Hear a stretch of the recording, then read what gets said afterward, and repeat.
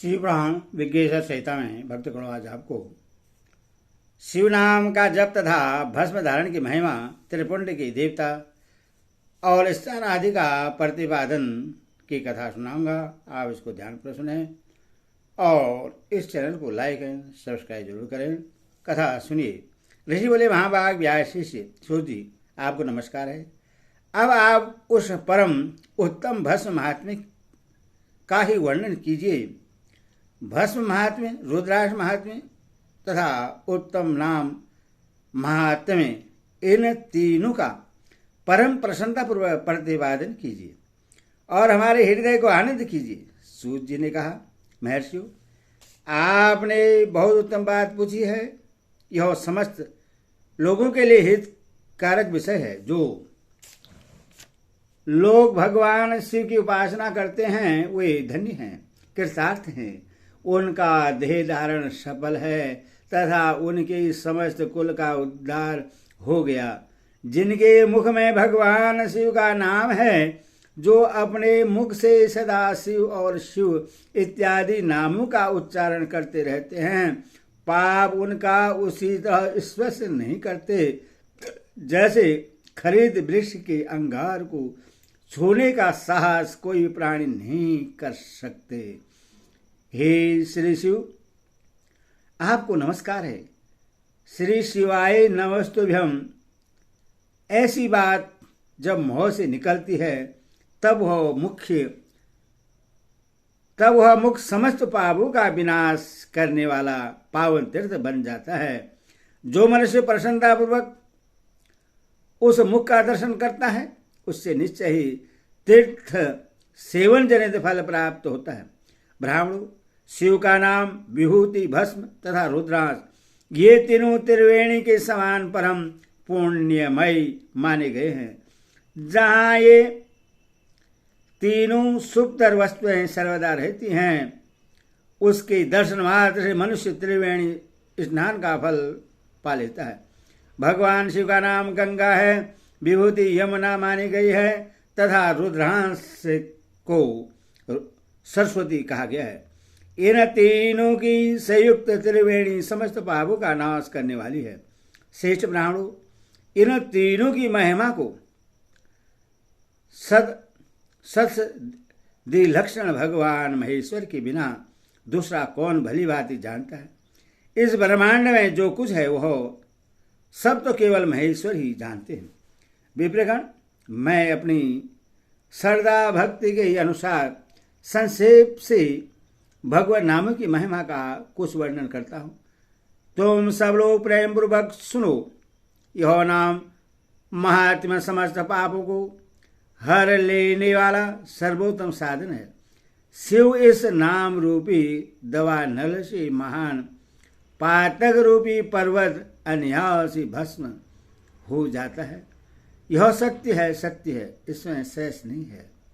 सौनक, पाप मूलक जो नाना प्रकार के दुख हैं, वे एकमात्र शिव नाम, भगवान नाम से ही नष्ट होने वाले हैं। दूसरे साधनों से ही संपूर्ण यत्न करने पर भी पूर्णतः नष्ट नहीं होते। जो मनुष्य इस भूतल पर सदा भगवान शिव के नामों के जप में ही लगा हुआ है, वह वेदों का ज्ञाता है, वह पुण्यतमा है, वह धन्यवाद का पात्र है तथा वह विद्वान माना गया है। मुनि, जिनका शिव नाम जप में विश्वास है, उनके द्वारा आचरित नाना प्रकार के धर्म तत्काल फल देने के लिए उत्सुक हो जाते हैं। महर्षि, भगवान शिव के नाम से जितने पाप नष्ट होते हैं, उतने पाप मनुष्य इस भूतल पर कर नहीं सकते। जो शिव नाम रूपी नौका पर आरूढ़ हो संसार रूपी समुद्र को पार करते हैं, उनके जन्म मरण रूप संसार के मूलभूत वे सारे पाप निश्चय ही नष्ट हो जाते हैं। महामुनि, संसार के मूलभूत पातक रूपी पातकों का शिव नाम रूपी कुठार से निश्चय ही नाश हो जाता है। जो पाप रूपी दवानल से पीड़ित हैं, उन्हें शिव नाम रूपी अमृत का पान करना चाहिए। पापों के दवानल से दग्ध होने वाले लोगों को उस शिव नामामृत के बिना शांति नहीं मिल सकती। जो शिव नाम रूपी सुधा की वृक्ष जनित धारा में गोते लगा रहे हैं, वे संसार रूपी दवा नल के बीच में खड़े होने पर भी कदापि शोक के भागी नहीं होते। जिन महात्माओं के मन में शिव नाम के प्रति बड़ी भारी भक्ति है, ऐसे लोगों की सहसा और सर्वदा मुक्ति होती है। मुनीश्वर, जिसने अनेक जन्मों तक तपस्या की है, उसी का शिव नाम के प्रति भक्ति होती है, जो समस्त पापों का नाश करने वाली है। जिसके मन में भगवान शिव के नाम के प्रति कभी खंडित न होने वाली असाधारण भक्ति प्रकट हुई है, उसी के लिए मोक्ष सुलभ है। यह मेरा मत है। जो अनेक पाप करके भी भगवान शिव के नाम जप में आदर पर लग गया है, वह समस्त पापों से मुक्त हो ही जाता है। इसमें शेष नहीं है।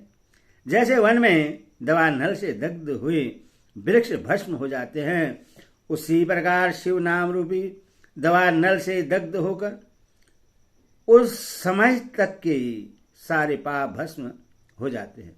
सौनक, जिसके अंक नृत्य भस्म लगाने से पवित्र हो गए हैं तथा जो शिव नाम जप का आदर करने लगा है, वह घोर संसार सागर को भी पार कर ही लेता है। संपूर्ण वेदों का अवलोकन करके पूर्ववर्ती महर्षि ने यही निश्चय किया है कि भगवान शिव के नाम का जप संसार सागर को पार करने के लिए सर्वोत्तम उपाय है। मुनीश्वरों, अधिक कहने से क्या लाभ। मैं शिव नाम के सर्वाभारी महात्म्य का एक ही श्लोक में वर्णन करता हूँ।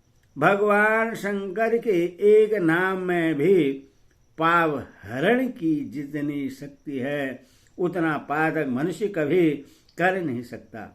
मुनि, पूर्व काल में महापापी राजा इंद्रधुमन ने शिव नाम के प्रभाव से ही उत्तम सद्गति प्राप्त की थी।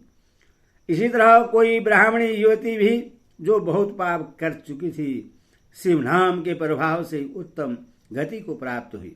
द्विजवरों, इस प्रकार मैंने तुमसे भगवान नाम की उत्तम महात्मा का वर्णन किया है। अब तुम भस्म का महात्मा सुनो, जो समस्त पावन वस्तुओं को भी पावन करने वाला है। महर्षियों, भस्म संपूर्ण मंगलों को देने वाला तथा उत्तम है। उसके दो भेद बतलाए गए हैं, उन भेदों का मैं वर्णन करता हूं, सावधान होकर सुनो। एक को महाभस्म जाना चाहिए और दूसरे को स्वलभ भस्म। महाभस्म के भी अनेक भेद हैं। वह 3 प्रकार का कहा गया है, स्रोत, स्मार्त और लौकिक। स्वलभ भस्म के भी बहुत से भेदों का वर्णन किया गया है। स्रोत और स्मार्त भस्म को केवल द्विजों के लिए ही उपयोग में आने के योग्य कहा गया है।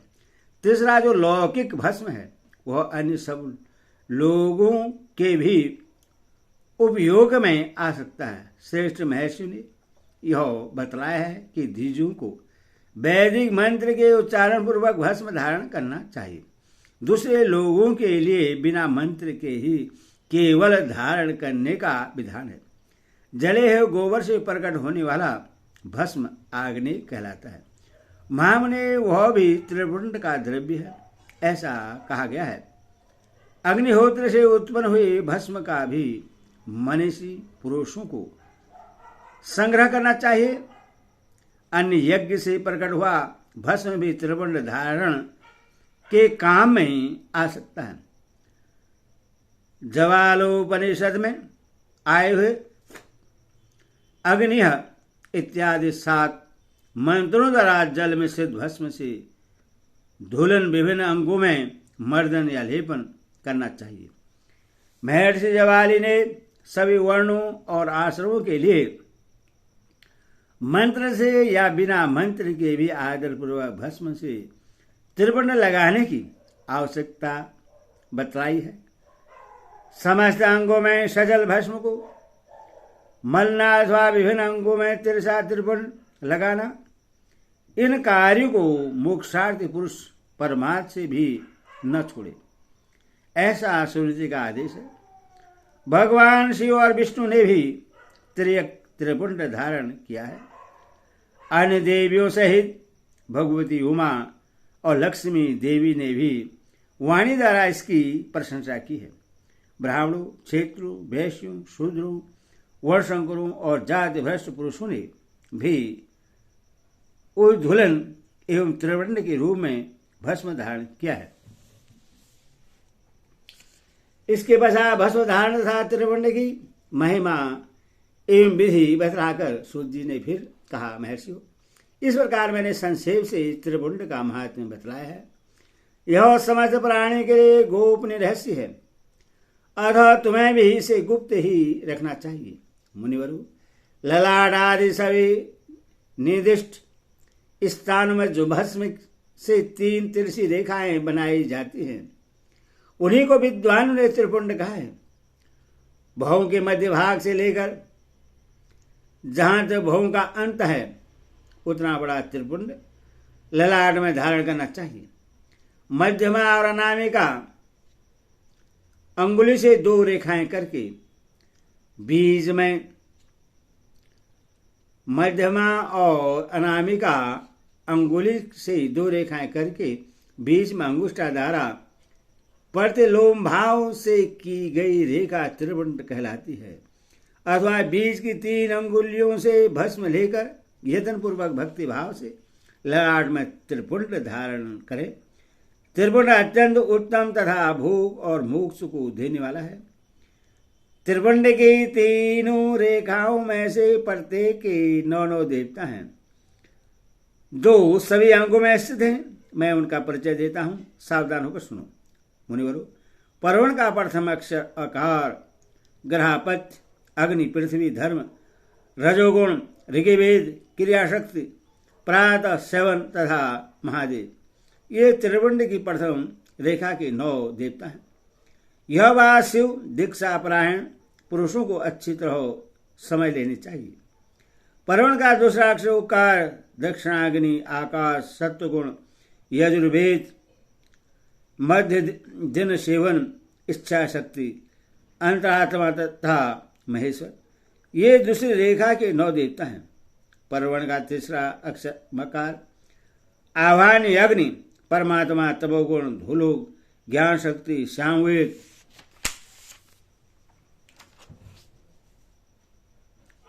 तीर्थ सेवन तथा शिव, ये तीसरी रेखा के 9 देवता हैं। इस प्रकार स्थान देवताओं को उत्तम भक्ति भाव से नित्य नमस्कार करके स्नान आदि से शुद्ध हुआ पुरुष यदि त्रिपुंड धारण करे तो भोग और मोक्ष को भी प्राप्त कर लेता है। मुनीश्वर, ये संपूर्ण अंकों में स्थान देवता बतलाए गए हैं। अब उनके संबंधी स्थान बताता हूं, भक्तिपूर्वक सुनो। 32, 16, 8 अथवा 5 स्थानों में त्रिपुंड का न्यास करे। मत्स्य, ललाट, दोनों कान, दोनों नेत्र, दोनों नासिका, मुख, कंठ, दोनों हाथ, हाथों, दोनों कोहनी, दोनों कलाई, हृदय, दोनों पार्श्वभाग, नाभि, दोनों अंडकोश, दोनों भ्रू, दोनों गुल्फ, दोनों घुटने, दोनों पिंडली और दोनों पैर, ये 32 उत्तम स्थान हैं। इनमें कर्मशव, अग्नि, जल, वायु, जल, पृथ्वी, वायु, 10 दिक्प्रदेश, 10 दिक्पाल तथा 8 वसों का निवास है। धर, ध्रुव, सोम, आव, अनिल, अनल, प्रयूष और प्रभास, ये 8 वसु कहे गए हैं। इन सब का नाम मात्र लेकर इनके स्थानों में विद्वान पुरुष त्रिपुंड धारण करे अथवा एकाग्रचित हो 16 स्थान में ही त्रिपुंड धारण करें। मस्तक, ललाट, कंठ, दोनों कंधों, दोनों भुजाओं, दोनों कोहनियों तथा दोनों कलाइयों में, हृदय में, नाभि में, दोनों पसलियों में तथा पृष्ठ भाग में त्रिपुंड लगाकर वह दोनों असुरी कुमारों का शिव, शक्ति, रुद्र, ईश तथा नारद का और बामा आदि 9 शक्तियों का पूजन करें। ये सब मिलकर 16 देवता हैं। असुरी कुमार 2 कहे गए हैं, ना सत्य और दैत्येंद्र अथवा मस्तक, केश, दोनों कान, मुख, दोनों भुजा, हृदय, नाभि, दोनों भ्रू, दोनों जानों, दोनों पैर और पृष्ठ भाग, इन 16 स्थानों में 16 त्रिपुंड का न्यास करे। मस्तक में शिव, केशव में चंद्रमा, दोनों कानों में रुद्र और ब्रह्मा, मुख में विघ्नराज गणेश, दोनों भुजाओं में विष्णु तथा लक्ष्मी, हृदय में शंभु, नाभि में प्रजापति, दोनों उरों में नाग और नाग कन्याएं, दोनों घुटनों में ऋषि कन्याएं, दोनों पैरों में समुद्र तथा विशाल पृष्ठ भाग में संपूर्ण तीर्थ देवता रूप से विराजमान है। इस प्रकार 16 स्थानों का परिचय दिया गया है। अब 8 स्थान बतलाए जाते हैं। गुहा स्थान, ललाट, परम उत्तम, कर्ण, युगल, दोनों कंधे, हृदय, नाभि, ये 8 स्थान हैं। इनमें ब्रह्मा और सप्तऋषि, ये 8 देवता बतलाए गए हैं। मनुष्य भस्म के स्थान को जानने वाले विद्वानों ने इस 8 स्थानों का परिचय दिया है, अथवा मस्तक, दोनों भुजाएं, हृदय और नाभि। इन 5 स्थानों को भस्म वेता पुरुषों ने भस्म धारण के योग्य बतलाया है। यथासंभव देश काल आदि की अपेक्षा रखते हुए उदुलन भस्म को अभिमंत्रित करना और जल में मिलाना आदि कार्य करें। यदि उदाहरण में भी असमर्थ हो तो त्रिपुंड आदि लगाए। त्रिनेत्रादि तीनों गुणों के आधार तथा तीनों देवताओं के जनक भगवान शिव का स्मरण करते हुए नमः शिवाय कहकर ललाट में त्रिपुंड लगाए। ऐसा भ्याय न हो, ऐसा कहकर दोनों पार्श्व भागों में त्रिपुंड धारण करें।